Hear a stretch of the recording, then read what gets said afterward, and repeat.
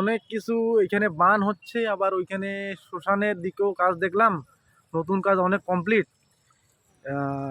কি বলবেন দেখেন, এই ব্যাপারটা হচ্ছে আমাদের সর্বোপরি বলি আমি ধন্যবাদ জানাবো আমাদের উপনির্বাচনে যে জয়প্রকাশ টুপ্পো আমাদের এমএলএ, তাকে তাকে অনেকবার বলছিলাম, এবং আমাদের যে জেলা পরিষদ আছে তাকেও অনেকবার আমি এইখানে এই কাজটা নিয়ে আমি অনেকবার বলেছিলাম। তারপরেই কিন্তু এই জেলা পরিষদ এবং আমাদের এমএলএ সাহেব এই কাজটাকে আনার জন্য অনেক মানে ওদের অনেক মানে আছে।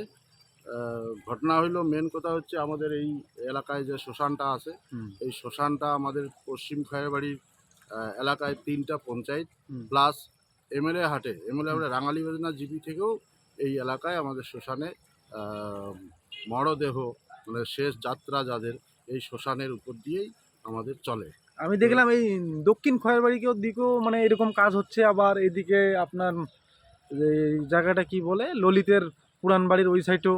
হ্যাঁ, হচ্ছে, সব দিকে কাজ হচ্ছে। হুম। দেখুন, এক বছরের দেখেন, এক বছরে যে যা কাজ করতেছে আমাদের উপনির্বাচনে, যে আমাদের এমএলএ সাহেবও অনেক সুন্দরভাবে সব এলাকায় কাজ করতেছে।